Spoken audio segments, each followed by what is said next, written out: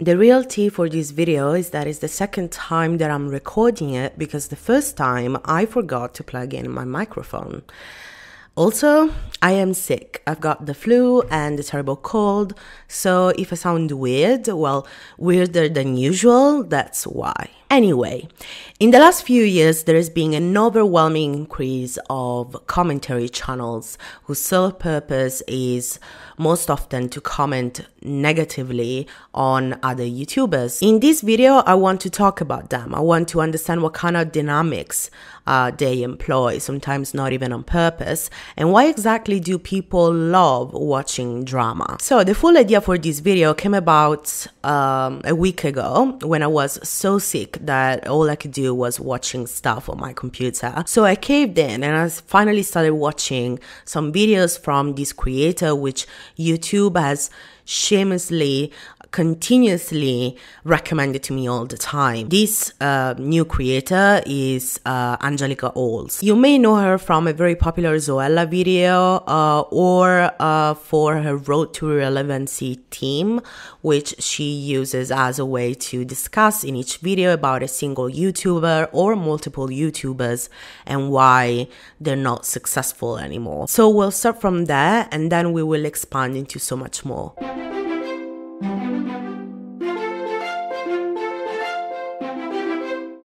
One of her videos that really interested me was the Why YouTubers Are Hypocrite one. In these videos, she addresses the people who dislike her, the other YouTubers that hate her, and specifically Superwoman's and Mark Butler's reactions to being picked for her commentary. And while the reactions are very brief and fundamentally not that negative, I mean, Superwoman spends a few minutes in her vlog talking about her accomplishments as a way to show that she's not irrelevant, and Marcus Butler is simply puzzled by the popularity of the trend itself. Angelika spends 14 minutes on this video, and throughout her discourse, I found so many dynamics that I've seen employed by other commentary channels, but all in one video. So nothing personal against Angelika, but I'm going to borrow this video and use it as a blueprint to analyze these dynamics that I'm talking about in relation to the commentary / drama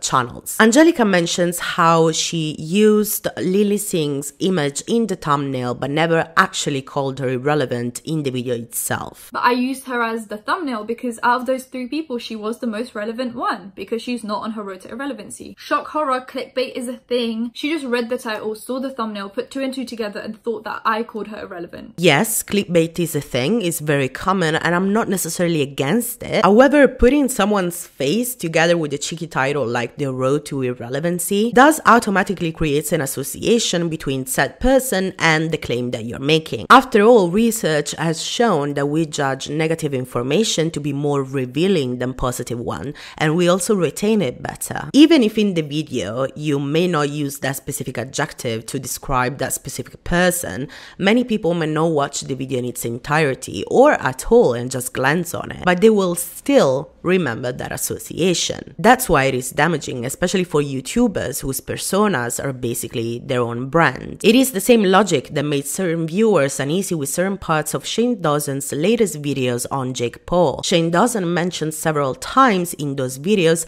how he's not saying that Jake Paul is a sociopath, but the association of certain symbolism, be it an image, horror sounds effects, etc., clearly play on the narrative of associating Jake Paul with sociopathy. In this video, Angelika also uses certain rhetoric, which is pretty common of commentary channels, which to me speaks more about how she wants to be perceived and the brand that she's trying to build, rather than the actual YouTubers that she's criticizing. Bigger YouTubers, I feel like, have already an inflated ego because they've been around for so long, they had amazing careers, so their egos are inflated. It's a thing that happens. We just have to be honest sometimes. You know, don't forget your roots. Don't forget where you came from. Don't forget where you started. Don't forget where you came from. She's using superficially controversial topics to effectively create a narrative around her own persona that, compared to these fake YouTubers, she's an honestly brutal creator, therefore someone that an audience can trust and give their loyalty to. For example, we know that gossiping about someone is an indirect way of speaking well of ourselves and of the people that are willing to listen to us, which in turn makes us feel superior. This is pretty much the same thing, and it is not something that she's necessarily doing on purpose. This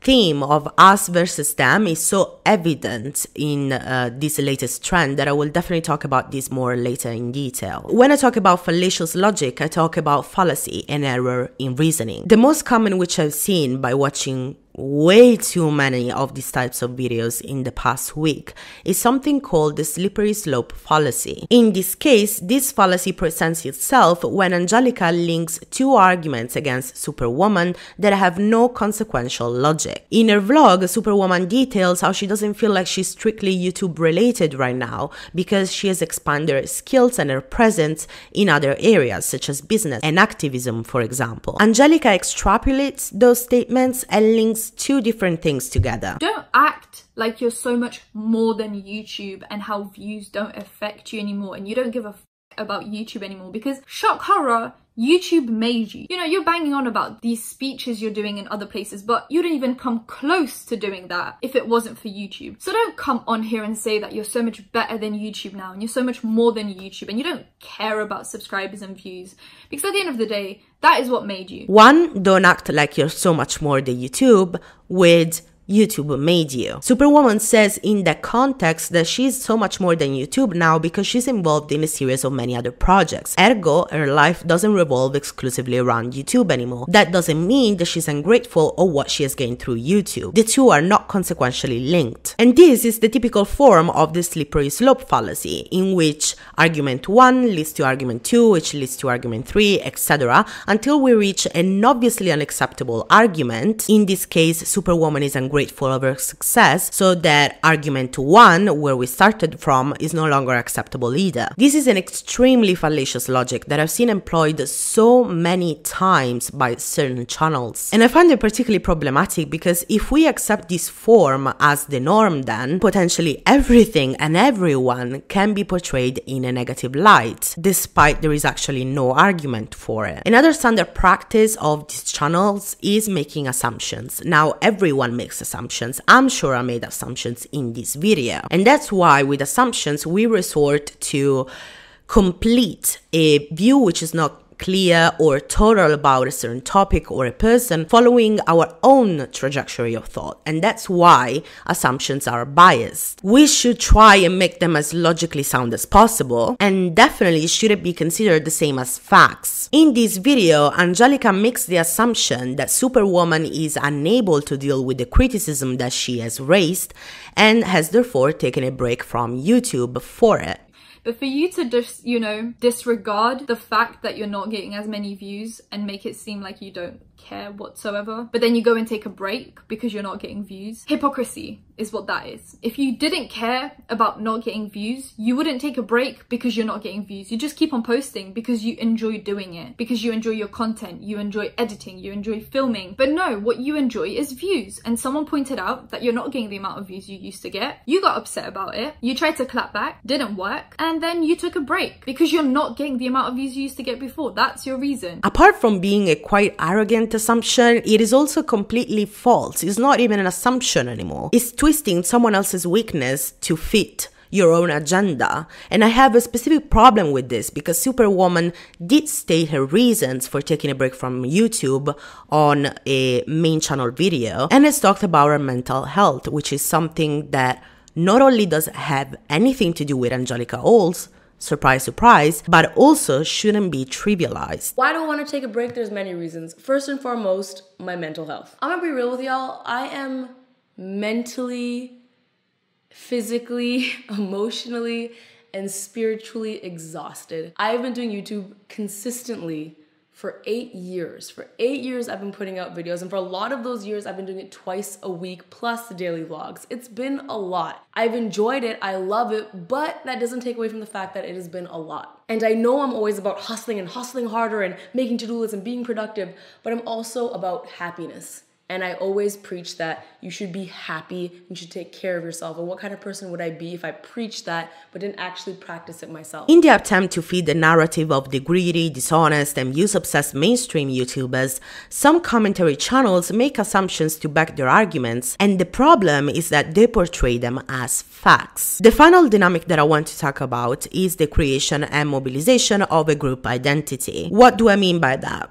Well, look at this. Like, anyone that subtweeted me, anyone that liked a tweet that was like negative, like, I see you. If you think I don't, I do. And if I don't, then someone else sees it for me, screenshots it and sends it to me. If you subtweet me, I will probably see it, not because I found it, but because people that watch me found it. So if you think you can hide just because you didn't at me necessarily, you can't. My people will find you and they will send me all the screenshots because we are the FBI. Besides making me feel like this has suddenly become a Taken movie, if you think you can hide, you can't. My people will find you and they will send me all the screenshots. This is a problematic approach that I've seen employed by many channels, and not just commentary ones. I do remember Tana Mojo's, I hope I'm pronouncing that right, rant about VidCon that resulted in her audience, in her millions of followers, sending tons of social media hate to this specific woman. However, this concept works specifically well for commentator channels because their whole objective of exposing someone, of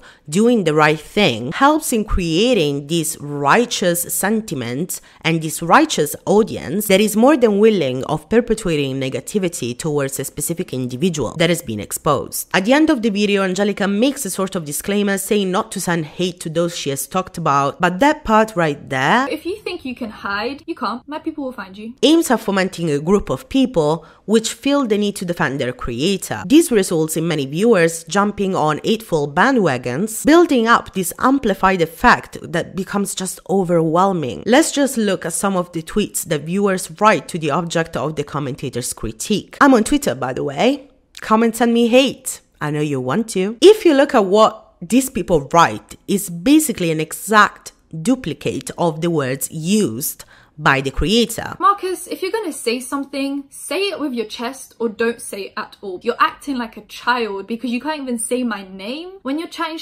about me. Like, at least have the decency to do that. Hypocrisy is what that is. If you didn't care about not getting views, you wouldn't take a break because you're not getting views. You just keep on posting. This doesn't mean that you can't or shouldn't call someone out when you think there is something wrong going on, nor does it mean that a single creator is responsible for the erratic behavior of a few of its followers. However, utilizing this sort of discourse that Angelika portrays here in these videos does help in legitimizing a vicious cycle of negativity. Many commentator channels often focus on how YouTubers manipulate their often impressionable young audiences, specifically when it comes to merchandise. Sometimes audiences are indeed manipulated into buying things because they feel they are representative of the group of which they are a part of and of which the YouTuber is the leader, a materialistic expression of belonging. However, I've never seen apply the same logic when discussing how YouTubers use the same grouping technique to sell their audience a specific narrative about someone. If Angelika implies, well, she didn't actually imply, she more stated outright that Superwoman is ungrateful of her fame, despite her final warning of not sending hate, her group, Angelika's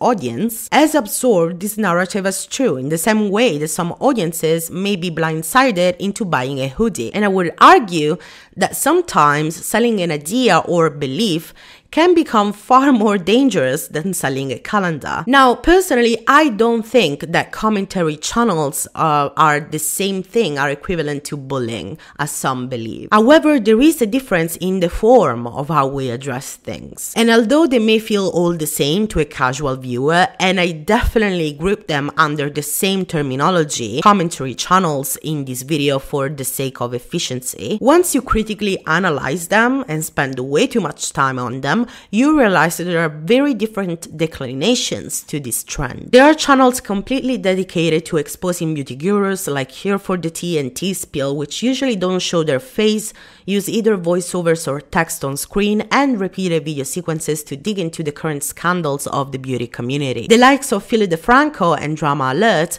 are styled after news shows. After all, Keemstar does use a spinning globe sequence, although his personality and content is much more sensationalized and similar to a YouTube version of TMZ, whereas DeFranco aims at describing an ongoing issue and favors different opinions and often also addresses more substantial themes like politics. There are also more vlog-styled channels pretty popular with UK commentators like Ainab, I'm Alex, and Jackmate, where their personality is often equally important as the subject they discussed. Some are clearly more well-versed in the actual commentating side of the spectrum, while others aim to create their content to make it the more entertaining as possible. But all pretty much use the same keywords like exposing truth, drama, and sometimes even identical titles like why this YouTuber channel has died, we need to talk about this YouTuber, why this YouTuber needs to be stopped, how this YouTuber just ended their career, what really happened with insert here name of event like TanaCon, or name of YouTuber, or name of beef between two or more YouTubers. Personally, although I'm not usually entertained by most of these videos, apart from I'm Alex because he's hot, I do apply a difference in judgment, personal judgment obviously, to these channels. I don't see them as if they were all the same. For example, I quite like Jackmate, mostly because not only he doesn't just simply describe how a channel is losing views with a typical social blade screenshot, but because fundamentally I see him as a comedian, and I find that the videos where he focuses more on himself and on his type of comedy are much more interesting. He has an added value to his content creation that he often uses in a more irreverent and satirized way to also highlight certain social issues. So many of these people die whilst trying to come here, and the ones that do, the ones that go through all that, they get here only for Barry, who's been unemployed for 4 years because his knee's a bit sore, to not quite take a shine to their weird language and brown skin, to shove his pot noodle in his mouth, to log into Facebook and start spitting out shit like, too many foreigners over here taking our jobs, I'd have a job if it weren't for them. Obviously, I don't always like or agree with everything that he says, but that pretty much goes with everyone that I don't know, that I watch online, or even that I do know. Generally speaking, I guess the difference for me is this video criticizing someone just for the sake of it, or is it a way to arrive to an additional insight, which doesn't need to be particularly profound? It can be just a way to satirize our own society. Or perhaps if you can pinpoint why something is harmful in order to help viewers understand how this may affect them without their knowledge, or if you can have an added value like comedy, then these videos can be quite interesting. For example, when a lot of commentary channels criticized Nicole Alber's This Is America edit, I saw a lot of bland reactions making fun of her because, to be honest, she was an easy target, which were all just a way to laugh at her latest mistake. And I think I never saw anyone actually center their argument, or at least arrive at the conclusion as to why her appropriation of content in this specific context was problematic for Black minorities. Probably because that would be difficult to frame in an entertaining way, albeit it can be done, as some commentary channels show us. Likewise, in the case of Bobby Burns, I've never actually seen so many people criticizing a guy that actually didn't do anything wrong. We get it, his content changed, yeah, we get it, most people don't like it, let's move on. Do we really need to have 50 videos on Bobby Burns, for God's sake? Otherwise, you are left with simple descriptions of declining numbers, downright hateful commentary, or mere gossip. But people, a lot of people, like that. Which begs the question, why? First of all, I think there is an underlying psychological need of eliminating uncertainty. Uncertainty from what? Well, pretty much everything. The more our realities become complex, chaotic, and difficult to deal with, the more we abandon self-reflection to seek external reassurances on things that don't really matter in our daily lives because they allow us to partake in escapism. Don't need to tell me, I run a channel on TV series and popular culture. I am the queen of emotional avoidance. Because escapism at its core is the intentional detachment from the real world. It's a healthy and momentary defense mechanism that allows us to distract ourselves and recharge our batteries. Just like watching a movie or reading a book, then, watching commentary channels that create or exploit drama become another form of stimulating escapism. But then, why not watch a movie or read a book instead of watching these channels? Well, partly for the same reasons as to why we enjoy more traditional Hollywood drama, for example. I'm not going to talk about the culture of celebrification on this video because otherwise we're going to add other 30 minutes or something. But there is a quote that I like a lot from Huffington Post writer David Zyla that said, "We both love and hate these gods we construct. We are driven both to idolize and pick them apart rather savagely." Translation: the public manages to hoist its public figures onto the highest pedestals only to watch with a mixture of horror and pleasure as their idols fall to pieces owing to very human folly. But I believe there is a reason why this trend developed only recently on YouTube. You see, in the old YouTube, creators had a perceived authenticity that made viewers see them as more credible than the typical celebrity. This was also driven by YouTube's business model, which was about broadcasting yourself. Whereas after the old Google coming into the situation, it obviously became a more media corporate conglomerate. Because viewers saw these people online on a frequent basis, on a daily basis really sometimes, they developed a parasocial relationship with them, manifested through a sense of intimacy, equality, and reality. In the meantime, creators' popularities grew, YouTube changed this business model, and obviously OG creators started to become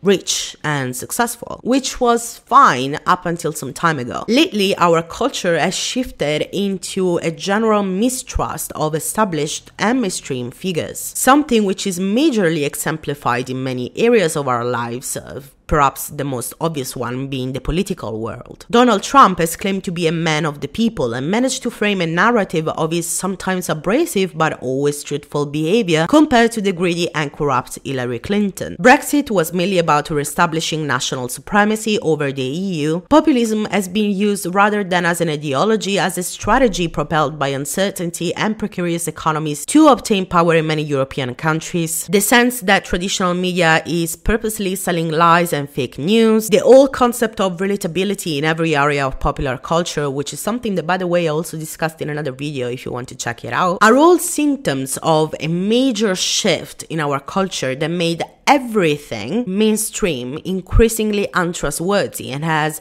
people looking for newer, smaller scaled, improved versions of what they perceive to be more authentic. Within this context, the commentary trend also inserted itself successfully onto YouTube, with smaller commentators gladly taking up the roles of exposers to the popular YouTubers. Let me ask you something though. If the end goal of both types of creators though, so the old ones and the new ones, are the same, then who's to say who's more trustworthy? In this race of YouTubers policing other YouTubers, there is an obvious conflict, because those who supposedly police wrong behavior are doing so in the exact same context as those they are policing. I'm obviously not saying that all people in the commentary community don't believe what they say or don't believe that they're actually doing something right, but rather than going at war with two specific groups that incorporate so many different people,